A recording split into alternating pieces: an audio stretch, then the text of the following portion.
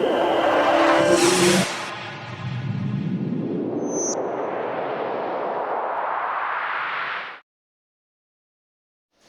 दोस्तों, नमस्कार। मैं प्रदीप मिश्रा हाजिर हूँ आपके अपने चैनल प्रदीप मिश्रा एस्ट्रोलॉजर। आज हम लोग बात करेंगे सूर्य और गुरु,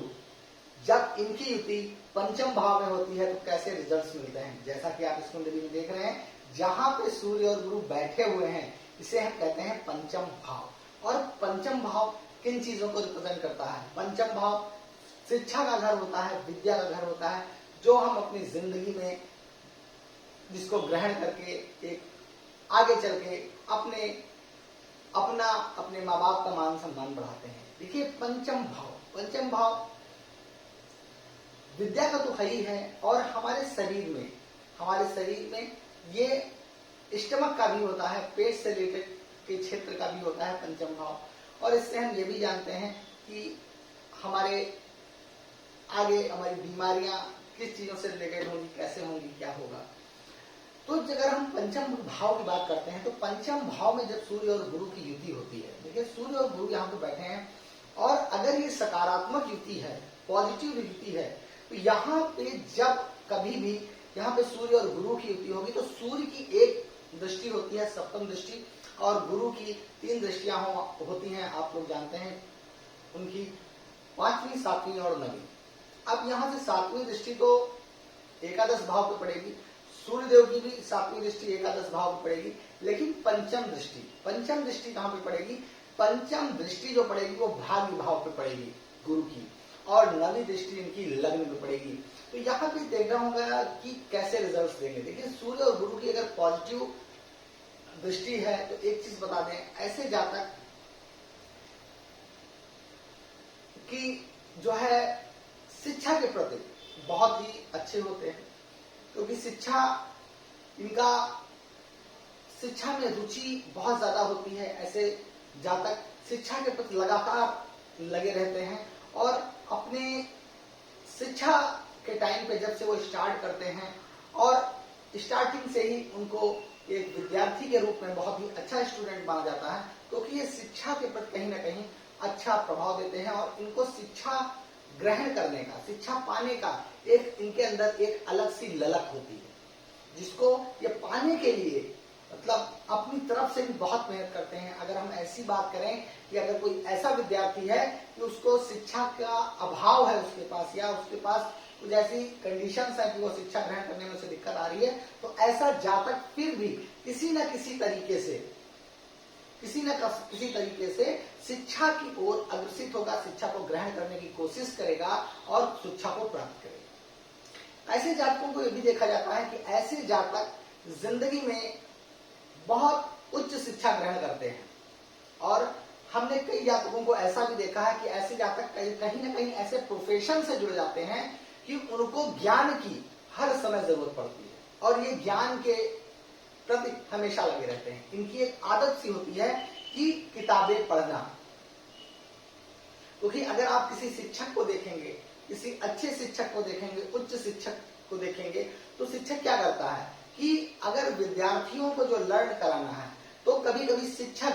अपना खुद भी एक बार पढ़ता है कि विद्यार्थी को हम उत्तम से उत्तम ज्ञान दे सकें। और इसीलिए मैंने ऐसे जातकों को कई ऐसे प्रोफेशंस में देखा है, जैसे वकील का भी हो गया,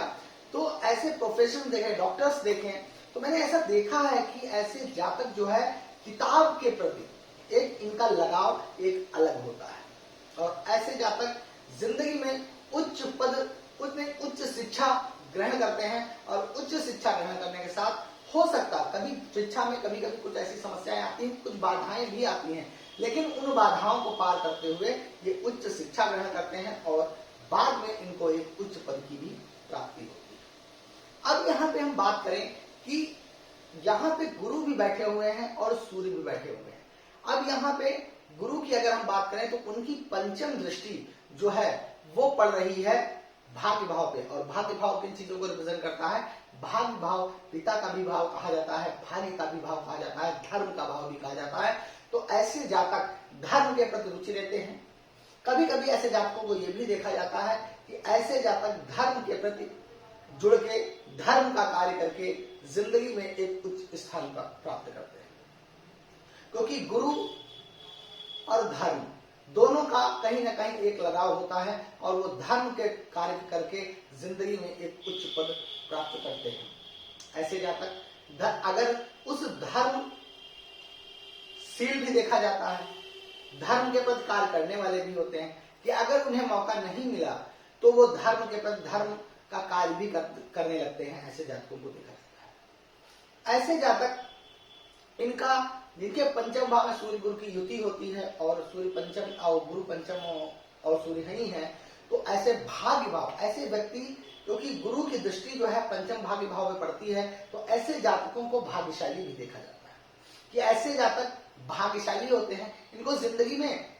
मेहनत भी करते हैं, सब कुछ करते हैं, लेकिन ऐसे जातकों को इनको भाग्य से भी चीजों की प्राप्ति होती है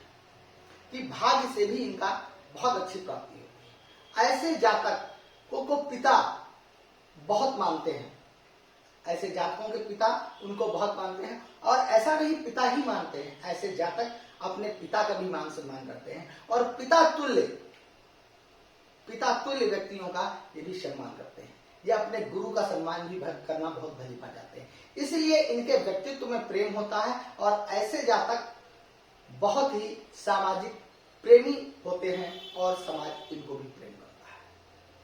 यहां से अगर हम बात करें सप्तम दृष्टि जो पड़ रही है, सूर्य गुरु दोनों की युति पड़ रही है सप्तम दृष्टि, तो वो आय भाव पे पड़ रही है और आ भाव, तो मैंने ऐसा बताया कि ऐसे जातक कभी कभी ऐसे पद पे, उच्च पद पे होते हैं, क्योंकि सूर्य भी सप्तम दृष्टि से देख रहे हैं, गुरु भी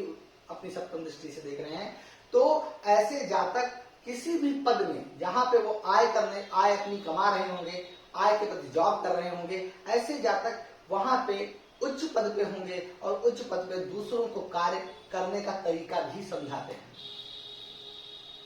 क्योंकि ऐसे जातक हो सकता कोई ऐसे पद पे हो जिसमें कि अपने से नीचे के कर्मियों को उनको उस कार्य को समझाना, पढ़ाना, लिखाना या उनको उस तरीके से गाइड करना, तो ऐसे कार्य में भी आप इनको, ऐसे जातकों को देख सकते हैं कि वो उससे आय की ओर आय उनकी आ रही हो। और ऐसे जातक आय के मामले में भी भाग्यशाली होते हैं और आय अच्छी प्राप्त करते हैं और एक उच्च पद पे मान सम्मान लिए होते हैं। अब यहां बात करें कि अगर गुरुदेव की नवम दृष्टि जो है लग्न में पड़ रही है और सूर्य और गुरु की युति भी है, तो ऐसे जातकों का चेहरा भड़कीला, रंग गोरा होता है, ऐसे जातकों को देखा जाता है और चेहरे पे एक अलग तेज होता है, एक मनमोहन चेहरा होता है जिसको लोग देखकर पसंद करते हैं कि ये व्यक्ति बहुत अच्छा है। ऐसा लोग देखकर पसंद करते हैं ऐसे जातकों को, क्योंकि इनके चेहरे पे एक अलग तेज होता है, एक ज्ञान होता है, तो इनको व्यक्ति पहली नजर में ही ज्ञानवान और मान सम्मान देने लगता है। क्योंकि ऐसे जातक मन से बहुत मधुर होते हैं और ऐसे व्यक्ति, इनकी जो वाणी होती है मधुरता लिए होती है, क्योंकि ये अपने ज्ञान से अपने व्यक्तित्व को विकास करते हैं और बहुत ही इनको इसलिए लोग मान सम्मान करते हैं, क्योंकि किसी व्यक्ति को ये गलत कहना पसंद नहीं करते। अगर यहाँ पे सूर्य और गुरु की युति हो रही है पंचम भाव में, अगर यहाँ पे कोई निगेटिव दृष्टि पड़ रही है पंचम भाव पे, युति पे, तो वहां पे दिक्कतें क्या आएंगी। तो ऐसे जातकों को कभी कभी ये देखा जाता है, ऐसे जातक अहंकारी हो जाते हैं, अहंकार हो जाता है ऐसे अगर निगेटिव दृष्टि जा रही या गलत राशि में इनकी युति बन रही है, तो ऐसे जातक कभी कभी आप अहंकारी देख सकते हैं। अहंकार से ये अपना नुकसान करते हैं,